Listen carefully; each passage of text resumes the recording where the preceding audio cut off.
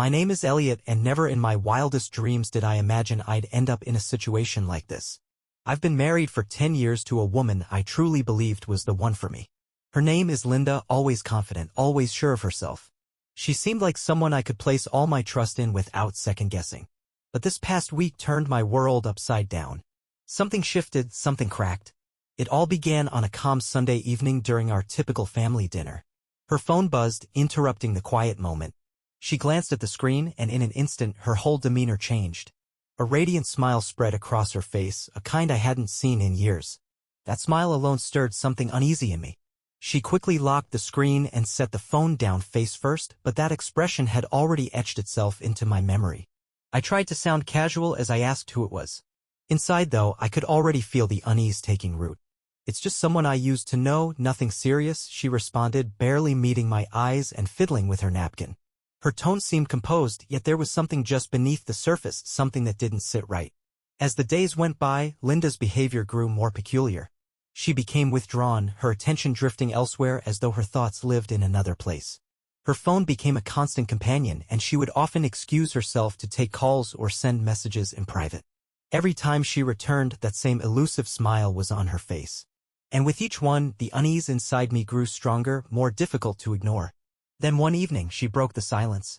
We were seated on the couch after dinner, the television murmuring in the background. But her focus was clearly elsewhere. She looked anxious, drawing slow circles on her knee with her finger.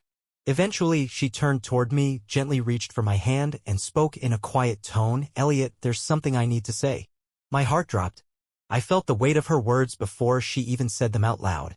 She continued, her voice trembling slightly. "I've been reconnecting with someone from my past." Her words struck like icy wind. I didn't need her to elaborate, I already knew who it was, but I had to hear it from her. "Who are you talking about?" I asked, forcing my voice to remain calm even though my pulse was racing. "Brandon," she said, barely meeting my gaze before turning away. Brandon. Her former boyfriend. The one she dated for several years before we ever met. The one she once described as her first real love, but also a mistake she had put behind her. And now somehow he had found his way back into our lives. I felt a knot tighten in my stomach. "Why are you speaking to him again?" I asked, trying hard to keep my voice measured. "He got in touch a few weeks ago," she explained, as if that made everything okay. "It started with a few messages just to catch up. At first, it didn't mean anything, but we've been talking more. He invited me to spend a weekend with him, just to talk, to reconnect." Her words hung in the air like smoke from a fire, impossible to ignore. I stared at her, unable to process what she had just admitted. "You can't be serious," I finally said, the chill in my voice unmistakable. "You're actually thinking about going?" "It's not what it seems," she rushed to explain, placing her hand gently on my arm. "Elliot, please, it's not like that. I've just been feeling disconnected, like I've lost touch with myself, with us. Brandon reminds me of the person I used to be. I need to understand what's going on inside me." I pulled my arm away and stood up, pacing the room as anger and disbelief clashed within me. "You want to figure things out by going away with your ex? How's that supposed to help us, Linda?" She rose to her feet as well, and her demeanor changed. The nervousness melted into something more guarded, almost defensive. "This isn't about Brandon, it's about me. I've been feeling confined, like I've forgotten who I am. He's just giving me space to think." "Space?" I echoed, my voice louder now. "You really think leaving with Brandon is the answer? Do you even hear yourself?" She folded her arms, her face hardening with resolve. "You're not listening, Elliot. This isn't about you. It's about me trying to find clarity about my life." I stood there stunned. The woman I had built a home with, the one I had believed I truly knew, was now justifying what felt like a deep betrayal. "Let's be clear," I said quietly but with unwavering intensity. "If you walk out that door to be with him, you're making a decision you can't undo. You choose to leave for him, don't expect to come back." Her eyes widened at the finality in my voice. "You don't mean that," she said, almost laughing in disbelief, as if I was bluffing. "Try me," I replied firmly, my eyes locked on hers. "Go ahead, Linda. But know this, if you leave, that's the end. There's no coming back." She stood in silence for a moment.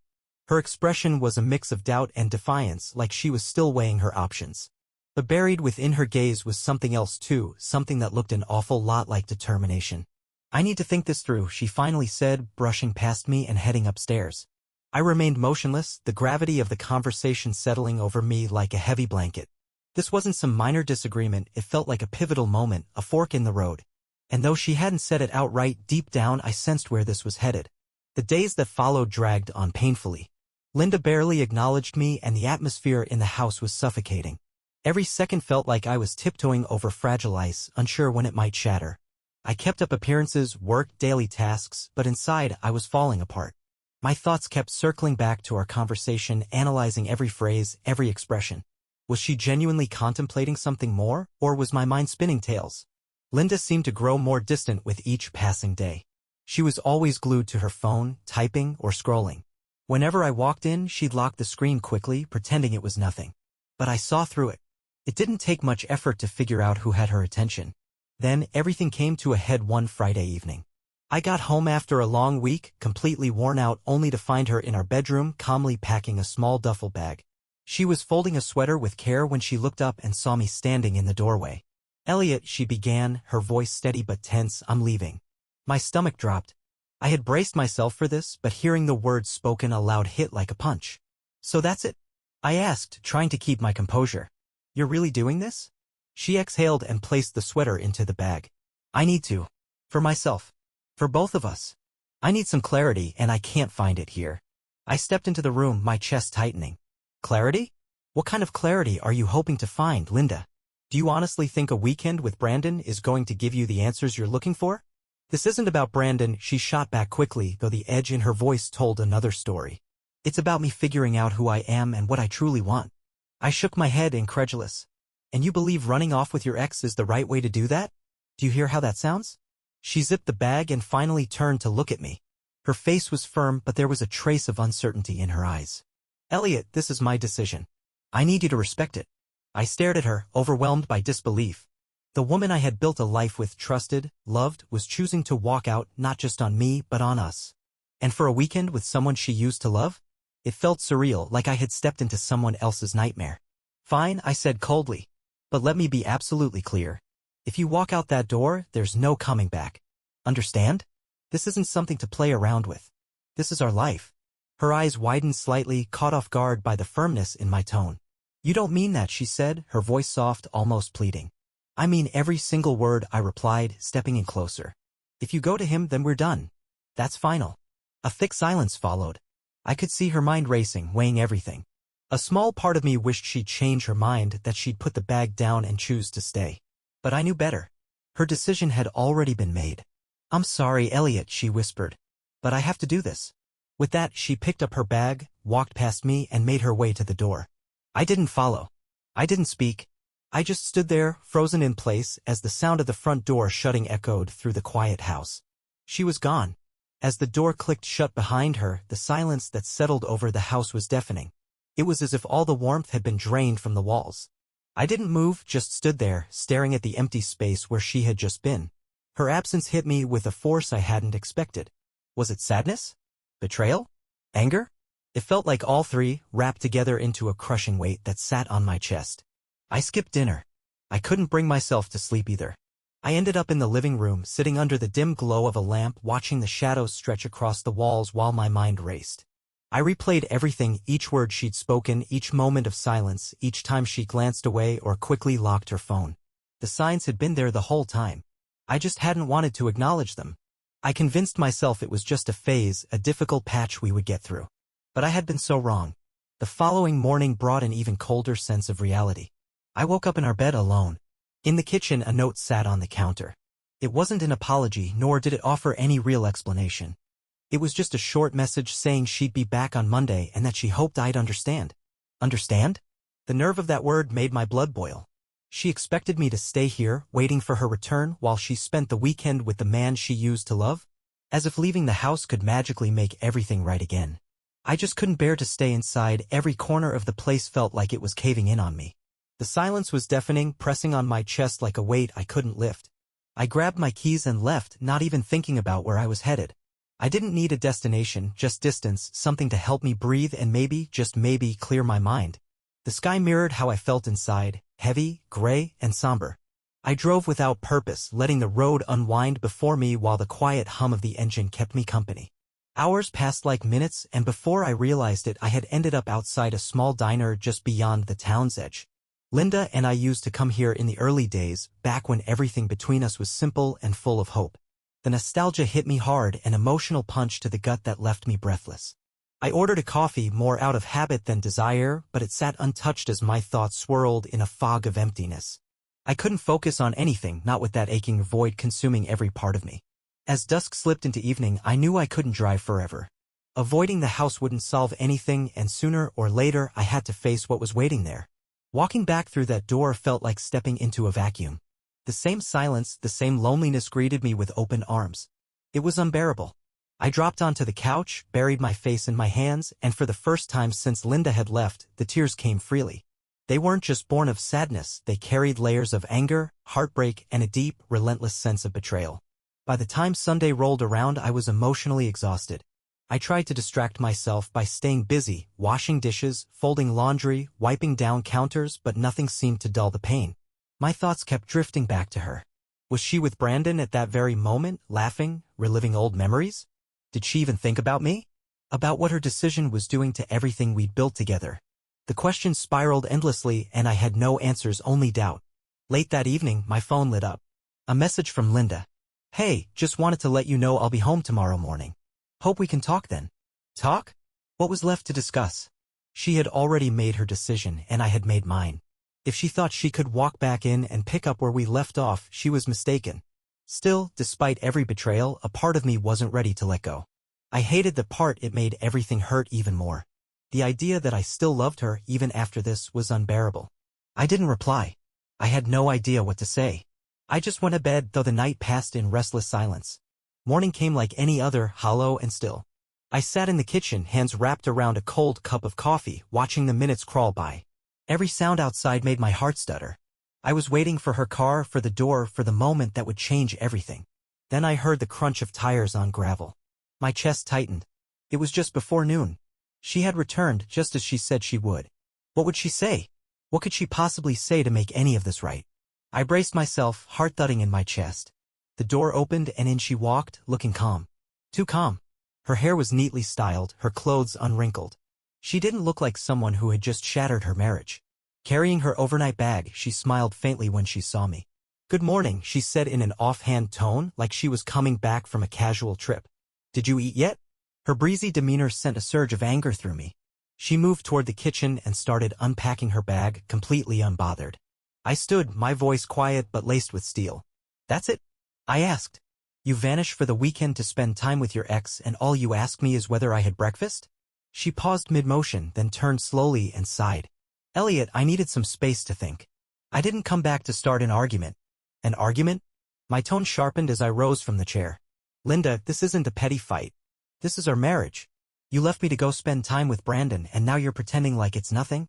She raised her hands gently, trying to ease the tension. "It wasn't like that. I told you before, it wasn't about him.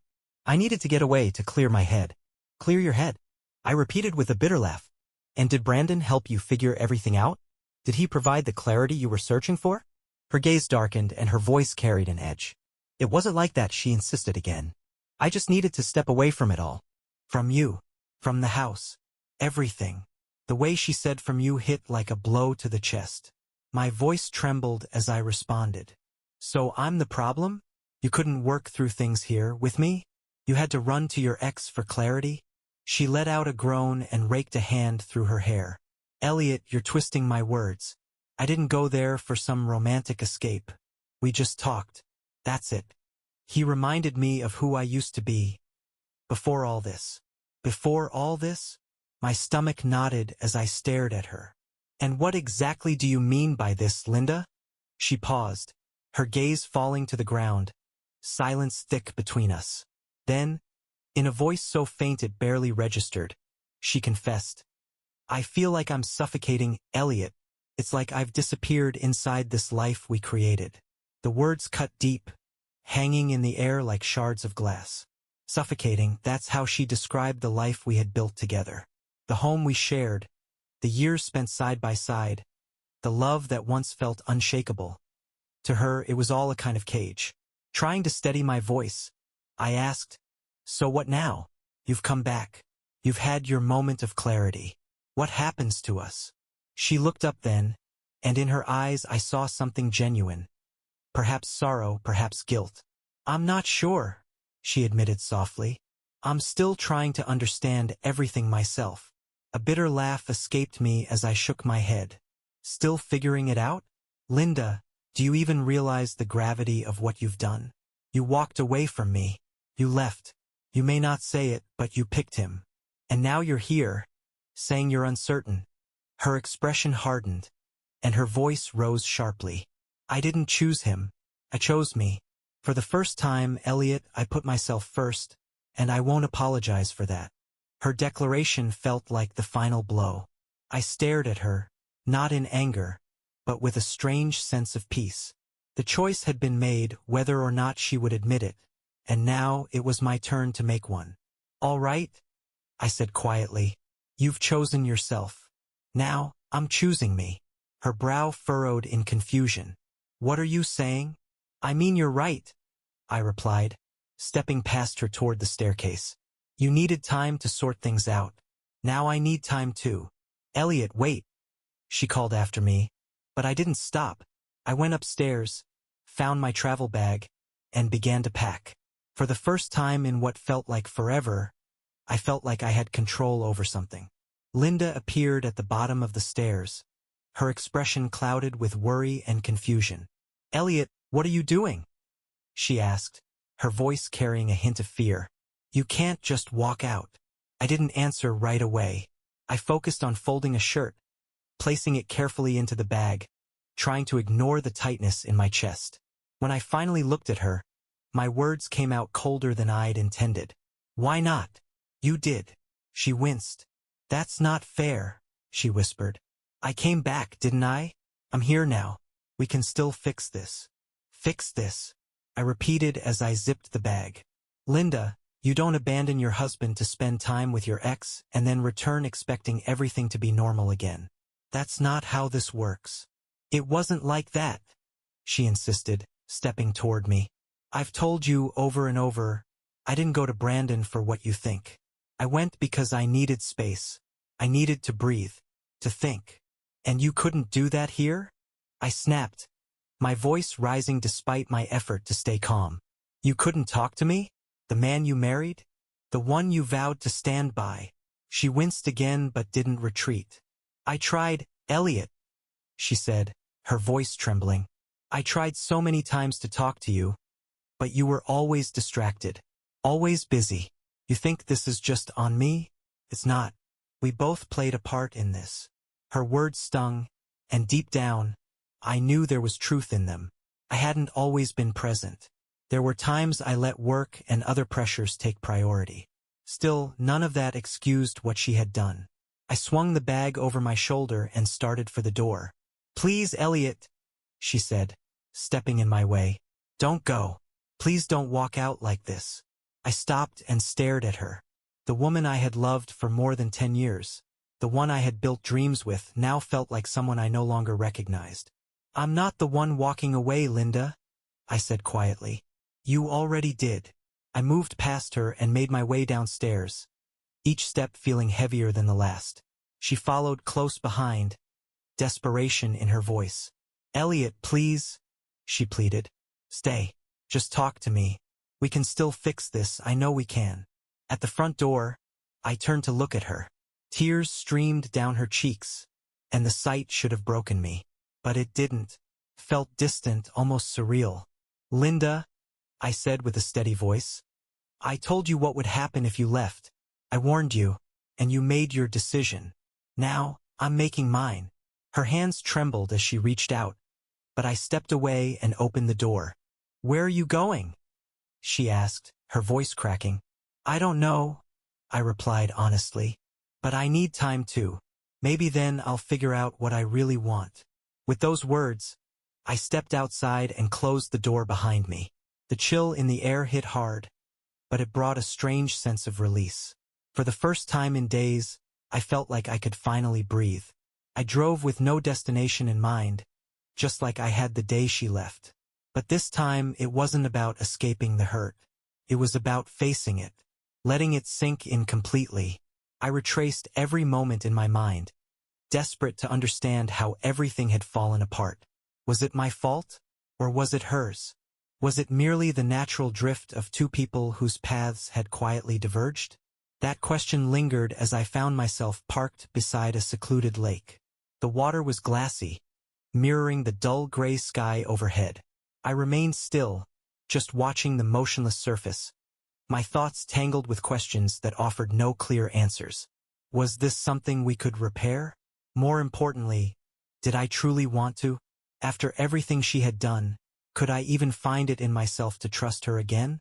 No matter how much I wrestled with those thoughts, clarity remained elusive. But one thing finally crystallized. I couldn't keep pretending that everything was fine. As daylight began to fade, I knew I couldn't sit there forever. Something had to change. I needed to move forward, whatever that might look like. Pulling out my phone, I slowly scrolled through my contacts. After a moment of hesitation, I tapped the number of someone I hadn't spoken to in years. A friend who had always offered perspective and honesty when I needed it most. When he answered, hearing his voice brought a strange but welcome comfort. "Elliot, is everything all right?" he asked with concern. I drew in a shaky breath, struggling to find the right words. "No," I said finally. "Everything's falling apart. I don't even know where to begin." "You're not alone," he replied calmly. "Let's work through this." Sitting there in the driver's seat, my hands clenched around the steering wheel, I listened to his steady voice on the other end. His name was Conrad, a friend from my college years. Though we hadn't spoken in ages, I knew I could trust him not to sugarcoat things or tell me only what I wanted to hear. "Where are you now?" he asked. I exhaled slowly. "By the lake. Just thinking." "That's good," he said. "Thinking is always better than reacting. But tell me, Elliot, what exactly are you thinking about? Are you trying to decide if you'll forgive her? Or if you should go back to her?" His questions struck deeper than I anticipated. "I honestly don't know," I admitted. "Part of me wants to fix it, but another part isn't sure there's anything left to fix." There was a pause before he responded with a sigh. "Let me ask you something. If she hadn't returned today, if she had chosen to stay with him, what would you have done?" "I would have moved on," I answered immediately. "Then why does her return change that?" he asked. That single question landed like a stone in my chest. Simple but revealing. Had I been holding back, waiting for Linda to decide our future? Had I given her too much control over what came next? "This isn't just about her anymore," Conrad continued. "It's about you. Do you really want to be with someone who's still unsure if she wants to be with you?" My throat tightened. "I don't think I do." "Then there's your answer." It wasn't easy to accept, but it was honest. I had spent so long analyzing Linda's choices, hoping for signs, waiting for her to come to a decision. But deep down I already knew. She had made her choice. She walked away. And now I needed to follow suit. Emotionally, mentally, and eventually physically. I refused to be the man stuck in limbo, waiting for someone who no longer wanted the life we built. "Come stay with me for a while," Conrad offered. "Take some time. Clear your mind. You don't have to figure it all out right now." For the first time in days I felt a slight sense of relief. "Yeah," I said. "That sounds like a good idea." As I ended the call, something inside me shifted. The ache hadn't vanished, but for the first time it didn't consume me. I had a direction, and that was more than I'd had when the day began. I started the car and headed toward Conrad's home. The drive was quiet. I didn't play any music, didn't reach for any distractions. Just me, the sound of the engine, and the open road. For once, my mind wasn't circling around Linda's choices. It was focused on mine. When I pulled into his driveway, Conrad greeted me like no time had passed. He placed a firm hand on my shoulder, led me inside, and handed me a cold beer without saying a word. We ended up sitting on his porch as the warm breeze helped ease the tension in my chest. After a while, he looked out at the setting sun and said, "You know, this isn't the end of your story. It's just the close of one chapter." I took a sip and kept my eyes on the fading sky. "Feels more like the end of everything." He shook his head. "It's not. Right now, it may feel like she took something from you. But eventually, you'll realize she also gave you something." I raised an eyebrow. "And what's that supposed to be?" "A second chance," he said. an opportunity to rebuild your life on your own terms. Without someone who wasn't sure if you were worth staying for. Without constantly wondering if you're enough. You're free now, Elliot. Not just from her, from the doubt, the hesitation, the waiting. You get to start over. And one day you'll look back and see this moment as the turning point. His words hit deep, and for once I believed every one of them. In the following weeks, I stayed at Conrad's place, giving myself room to breathe and begin the healing process. I picked up old hobbies, reached out to friends I hadn't seen in years, and slowly started to reconnect with who I was before everything had unraveled. I no longer saw myself merely as someone's spouse. As time continued to move forward, Linda's betrayal began to fade from my thoughts. Eventually, she reached out with a call, but I let it go straight to voicemail. Later, a text came in from her, asking if we could talk. I chose not to reply, not out of anger or resentment, but simply because there was nothing left that needed to be said. My silence spoke volumes. By putting myself first, I had already expressed all that mattered. Several months down the line, I found myself in my new place, surrounded by half-unpacked boxes.